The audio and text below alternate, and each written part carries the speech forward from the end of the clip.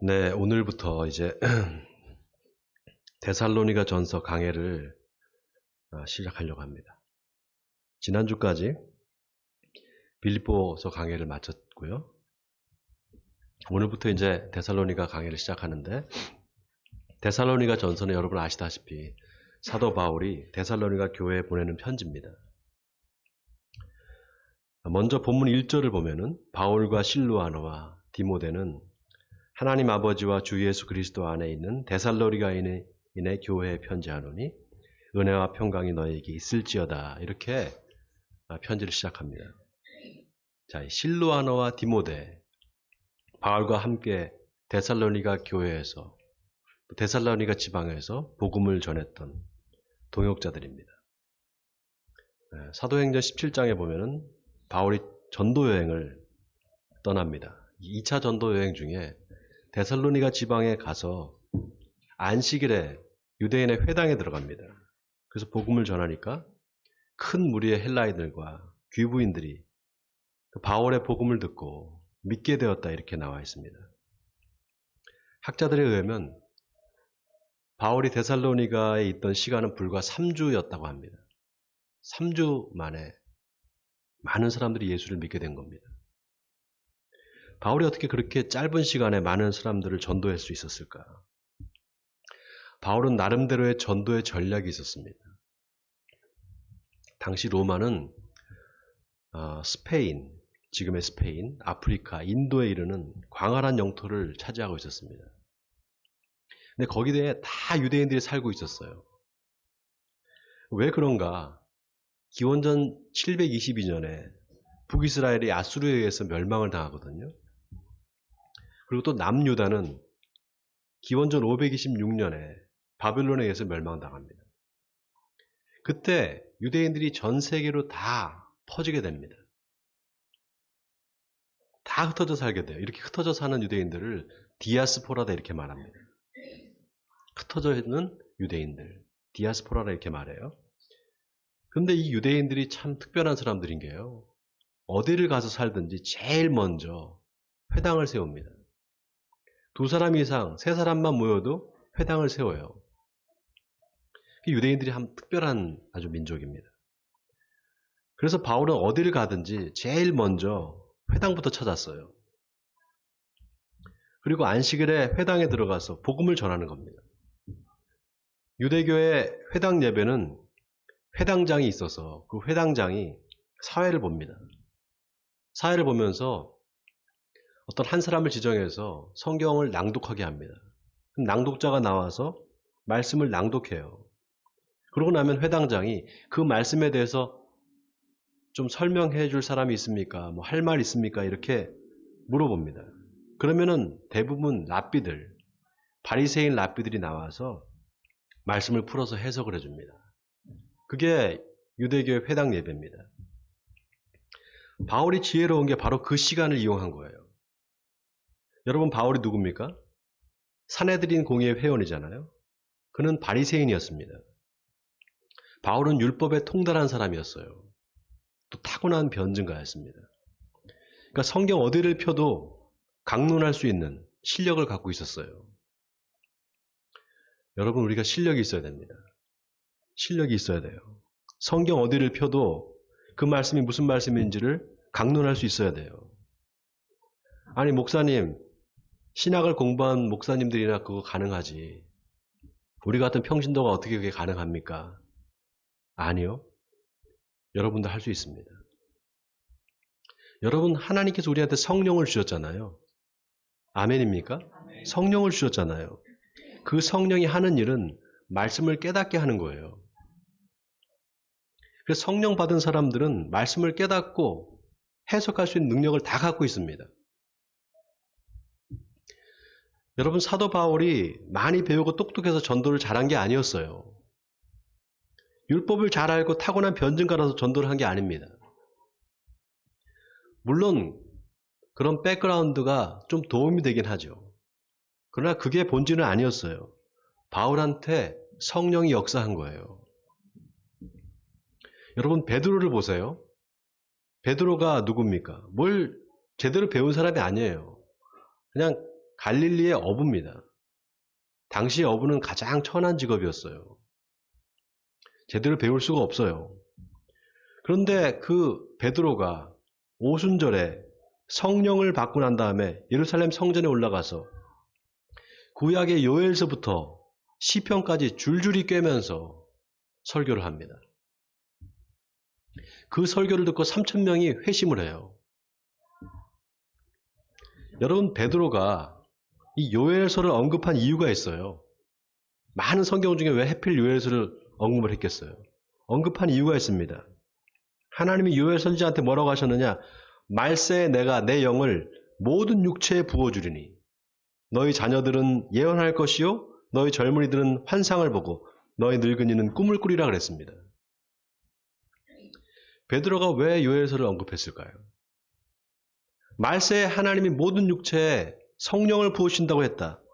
봐라, 나를 봐라. 내가 그렇다. 나도 받았다. 그러니 너희도 구하라.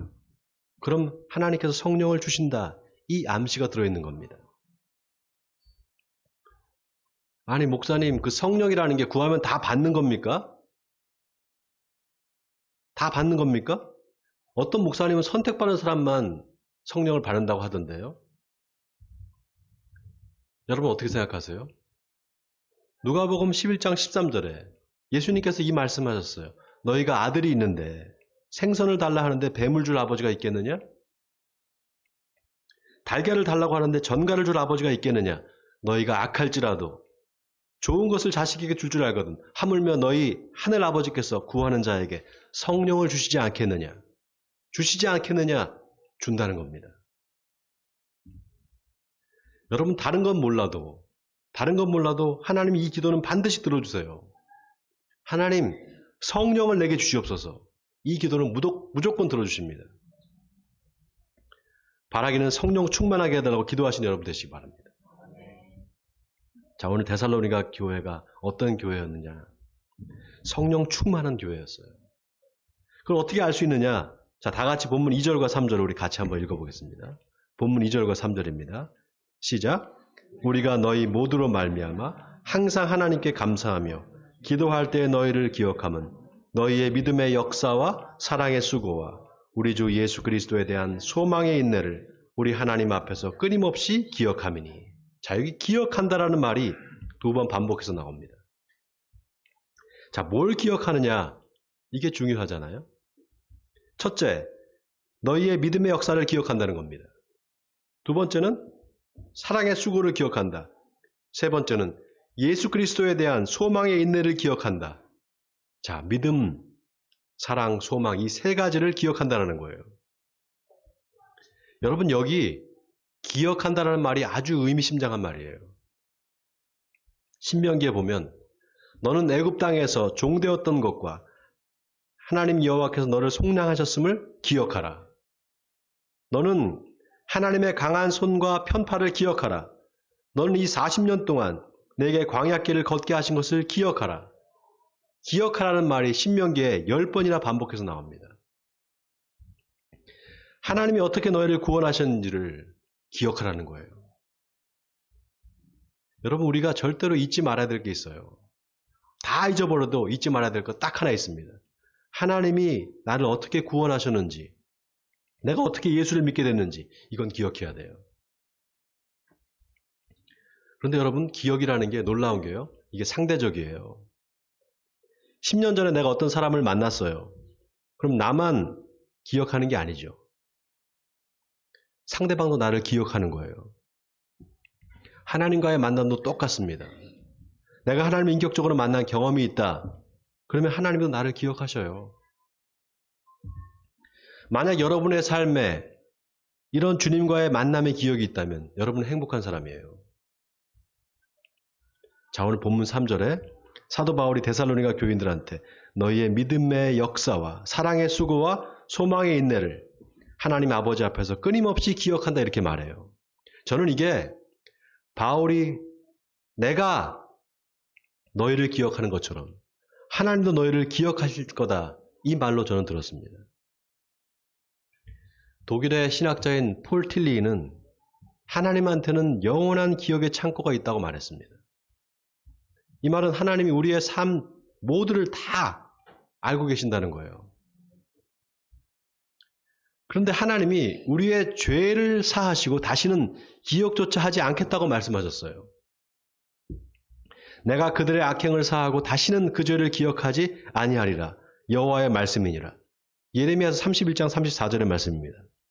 자, 그러면 하나님이 우리 죄는 기억하지 않으시고 뭘 기억하실까요? 우리 삶을 다 아신다 그랬는데 우리의 죄는 기억하지 않으시고 우리의 뭘 기억하실까요? 우리가 이 세상을 살아가면서 하나님의 말씀에 순종한 거, 하나님을 기쁘시게 한 거, 주님 안에서 선을 행한 거, 이걸 기억하신다는 거예요. 어떻게 기억하시는가? 영원히 기억하신다는 겁니다. 마가복음 9장에 보면 예수님이 누구든지 너희가 그리스도께 속한 자라 하여 물 한 그릇이라도 주면 내가 진실로 너희에게 이르노니 그가 결코 상을 잃지 아니라 그랬습니다. 결코 상을 잃지 않을 거다. 여러분, 우리가 이 세상 떠날 때 뭘 가지고 갈까요? 뭘 가지고 갈 수 있을까요? 돈을 가지고 갈 수 있을까요? 명예를 가지고 갈 수 있을까요? 아무것도 가져가지 못합니다. 딱 하나 가져가는 거 있어요. 기억을 가지고 가요. 하나님과 함께 동행했던 기억, 그것만 가져가는 거예요. 아멘입니까, 여러분? 자, 사도 바울이 데살로니가 교인들한테 너희의 믿음의 역사와 사랑의 수고와 우리 주 예수 그리스도에 대한 소망의 인내를 우리 하나님 아버지 앞에서 끊임없이 기억한다라고 말하면서 또 뭐라고 하는가?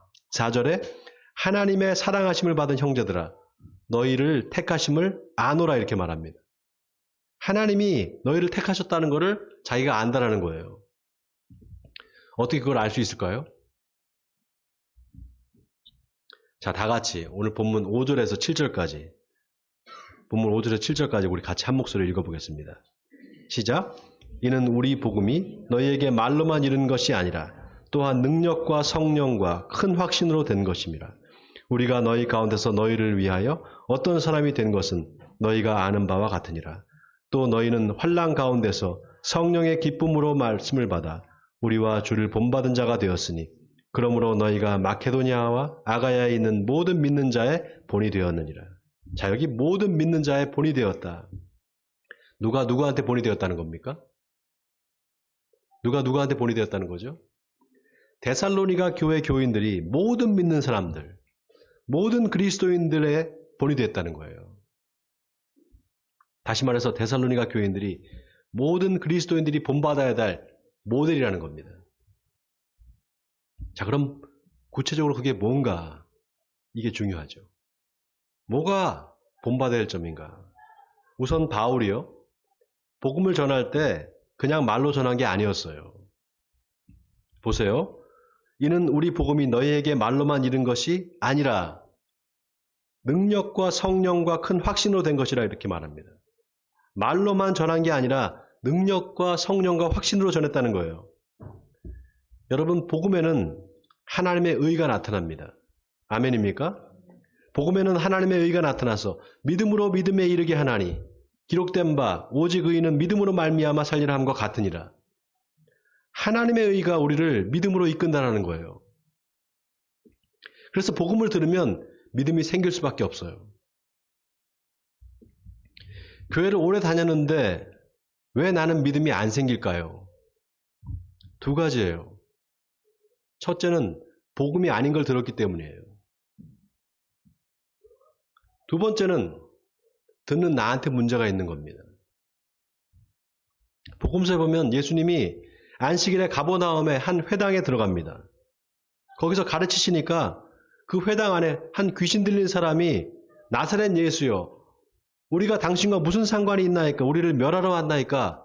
소리를 지르면서 발작을 일으켜요. 여러분, 그 귀신 들린 사람이 그날 회당에 처음 왔을까요? 아마 아니었을 거예요. 계속해서 그 회당에 왔었을 겁니다. 안식일마다. 그런데도 멀쩡했었어요. 그런데 예수님이 오셔서 복음을 전하니까 발작을 일으킨 거예요. 여러분, 하나님의 말씀에 능력이 있다는 거 믿으세요? 하나님의 말씀에 능력이 있어요. 복음이 선포되면 귀신이 쫓겨나갑니다. 바울이 데살로니가에 복음을 전할 때 그런 역사가 나타났던 거예요. 자, 그런데 귀신이 쫓겨나면 다시 안 들어올까요? 들어올까요? 안 들어올까요? 다시. 쫓겨난 귀신이 다시 들어올까요? 안 들어올까요? 들어온다 손 들어보세요. 안 들어온다. 다시 들어와요. 예수님이 이걸 비유로 말씀하셨어요. 더러운 귀신이 사람에게서 나갔을 때 물 없는 곳으로 다니며 쉬기를 구하되 쉴 곳을 얻지 못하고 이에 이르되 내가 나온 내 집으로 돌아가리라 하고 와보니 그 집이 비고 청소되고 수리되었거늘 이에 가서 저보다 더 악한 귀신 7을 데리고 들어가서 거하니 그 사람의 나중 형편이 전보다 더 심하게 되느니라. 이 악한 세대가 이와 같으리라. 여러분, 귀신이 쫓겨난 자리에 성령이 임하지 않으면 귀신이 다시 들어와요. 그래서 복음을 들을 때 우리의 태도가 굉장히 중요합니다. 말씀을 들을 때 우리 마음의 태도가 정말 중요해요. 예수님의 씨 뿌리는 자의 비유를 보세요. 길가에 뿌려진 씨는 말씀을 들을 때 깨닫지 못하니까 새가 와서 그 씨를 쪼아 먹어버립니다. 돌밭에 뿌려진 씨는 말씀을 듣고 즉시 기쁨으로 받되 뿌리를 내리지 못해요. 가시떨기에 떨어진 씨는 가시가 자라서 기운을 막아버립니다. 오직 좋은 밭에 떨어진 씨만 30배, 60배, 100배로 결실한다 그랬어요. 여러분, 이게 다 뭘 말하는 겁니까? 복음을 들을 때 우리 마음의 태도를 말하고 있는 거예요. 자, 오늘 본문 6절에 사도 바울이 너희는 많은 환난 가운데서 성령의 기쁨으로 말씀을 받아 우리와 주를 본받은 자가 되었으니 그러므로 너희가 마케도니아와 아가야에 있는 모든 믿는 자의 본이 되었느니라 그랬습니다. 환난 가운데 성령의 기쁨으로 말씀을 받았다는 거예요. 그냥 받은 게 아니에요. 환난 가운데 받은 거예요. 그럼 보세요. 여러분, 아까 앞에서 데살로니가 교인들한테 바울이 하나님이 너희를 택하신 줄을 내가 아노라 그랬잖아요. 자, 그러면은 보세요. 우리는 어때요? 저 사람이 하나님이 택한 사람인지 아닌지 알 수 있을까요? 바울은 안다 그랬는데 우리는 알 수 있을까요? 오늘 사도 바울이 자기는 안다 그랬잖아요. 뭘 보고 안다는 걸까요? 예수님이 하신 말씀 중에 아주 중요한 말씀이 있어요. 마태복음 7장 18절에 좋은 나무가 나쁜 열매를 맺을 수 없고 못된 나무가 아름다운 열매를 맺을 수 없느니라. 아름다운 열매를 맺지 아니하는 나무마다 찍혀 불에 던져지느니라. 이러므로 그들의 열매로 그들을 알리라. 자, 뭘 보고 나무를 안다고요? 열매를 보고 안다는 거예요. 여러분, 이 말이 아주 의미심장한 말이에요. 자, 가시나무가 있고 포도나무가 있어요. 뭐가 가시나무고 뭐가 포도나무인지 금방 알 수 있지 않을까요?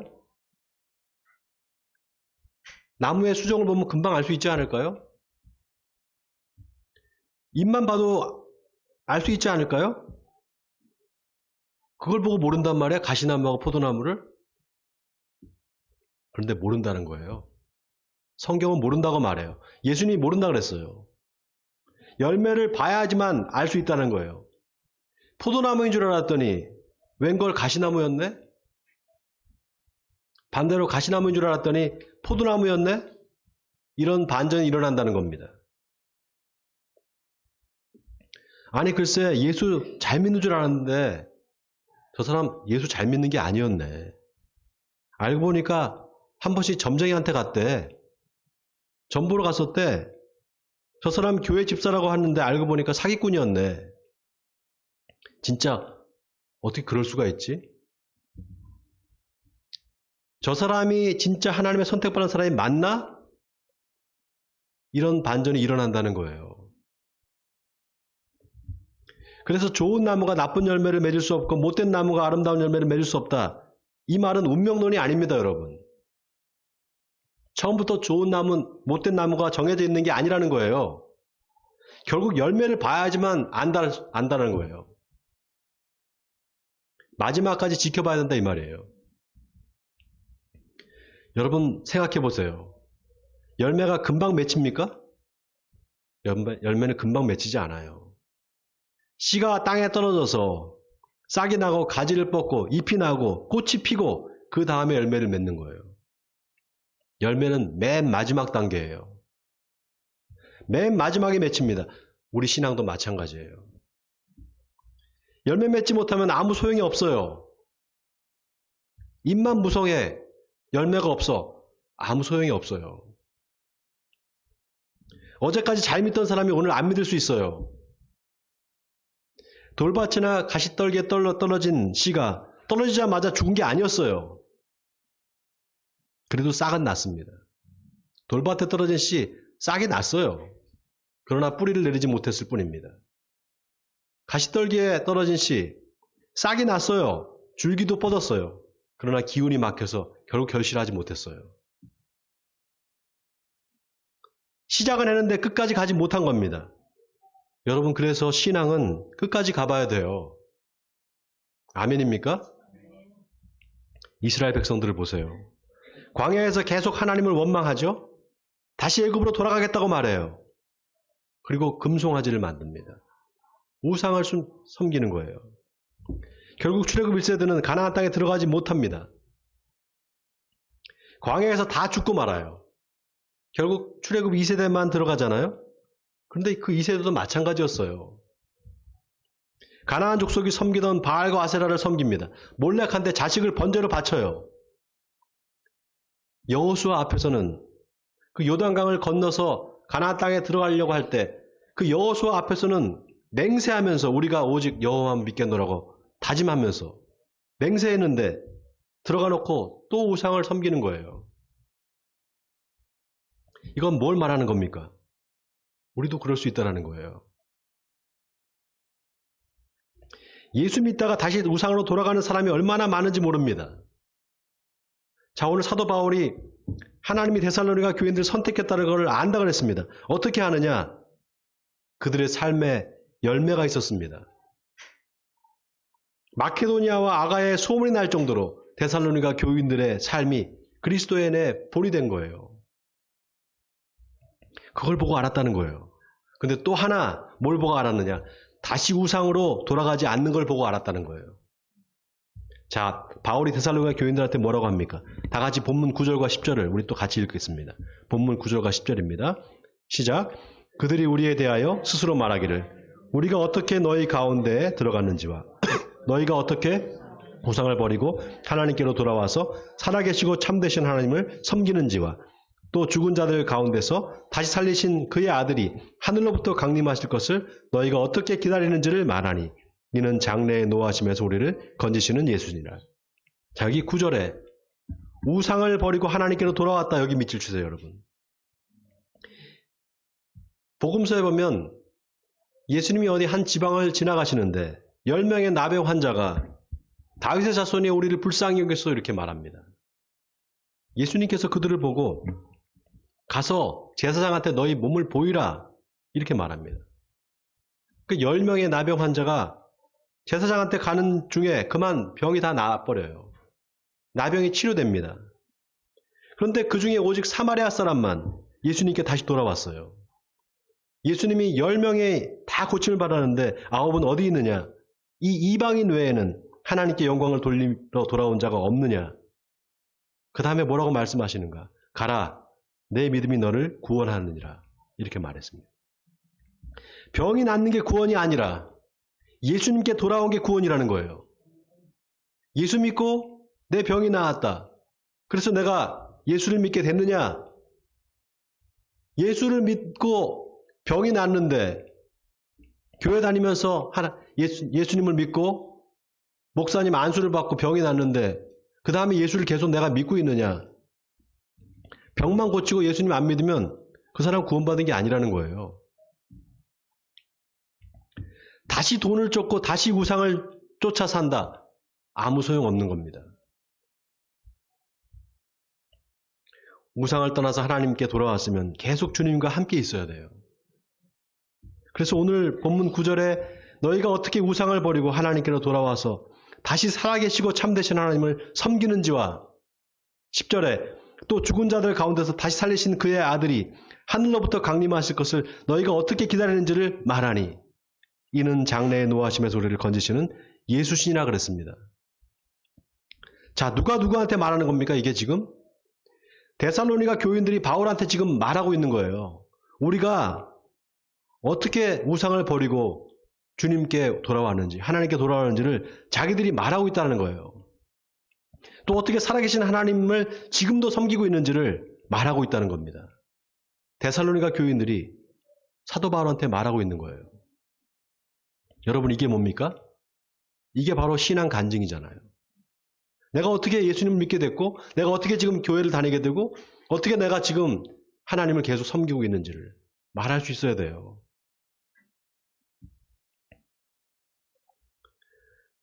내가 예수를 어떻게 믿게 됐다, 어떻게 우상을 버렸다.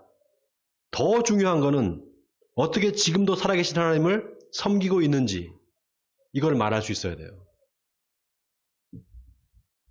아, 목사님, 제가 이래봐도 옛날에는 교회 열심히 다니고 신앙생활 열심히 했었습니다.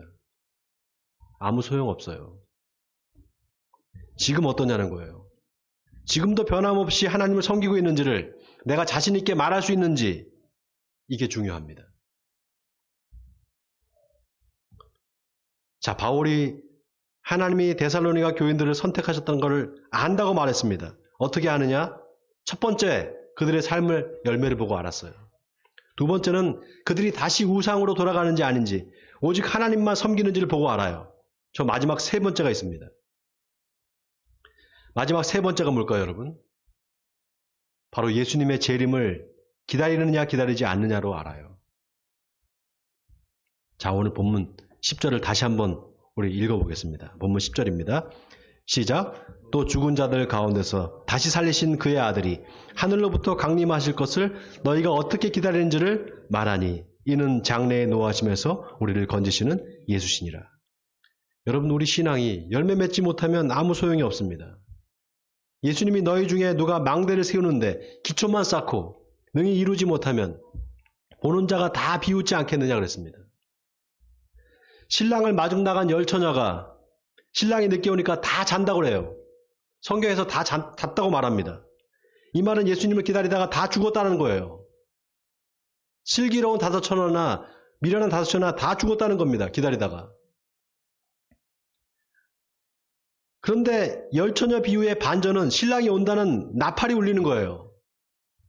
나팔이 울리니까 다 잠에서 깨어나는 겁니다. 그리고 신랑을 맞으러 가는 거예요. 그때 어리석은 자와 지혜로운 자가 나누게 됩니다. 미리 기름을 준비했느냐 준비하지 않았냐로 나눠주는 거예요. 여러분, 예수님이 다시 오실 걸 믿으세요? 주님이 다시 오시는 날 우리가 다 부활할 걸 믿으십니까? 그 믿음으로 우리는 오래 참고 기다려야 돼요. 그냥 기다리면 되느냐? 아닙니다. 우리가 해야 될 일이 있어요. 신랑이 누군지를, 어떤 분인지를 알아야 돼요. 알아야만 잔치집에 들어갈 수 있어요. 그래서 영생은 다른 게 아닙니다. 하나님과 그의 보내신 자 예수를 아는 것이 영생이라고 그랬습니다. 어떻게 예수님을 알 수 있을까요? 어떻게 하면 예수님을 우리가 좀 더 알 수 있을까요? 알려면 만나야 돼요. 주님을 만나야 됩니다. 만나서 교제를 해야 돼요. 교제하면 친해지고 친해지면 서로 닮아지는 거예요. 바라기는 주님을 닮기를 힘쓰시는 여러분 되시길 바랍니다. 오늘 데살로니가 교회 교인들이 바로 그런 사람들이었어요. 저는 우리 에베네셀 교회가 그렇게 되기를 바랍니다. 데살로니가 교인들처럼 되기를 바랍니다. 우리 교회 성도들이 날마다 주님을 알아가고 주님을 닮아가는 교회가 되기를 바랍니다. 그래서 데살로니가 교회처럼 믿음의 소문이 일산 지역 모든 교회에 퍼지기를 바랍니다. 그래서 우리 에베네셀 교회가 모든 그리스도인들의 본이 되는 교회가 되기를 주님의 이름으로 간절히 축원드립니다.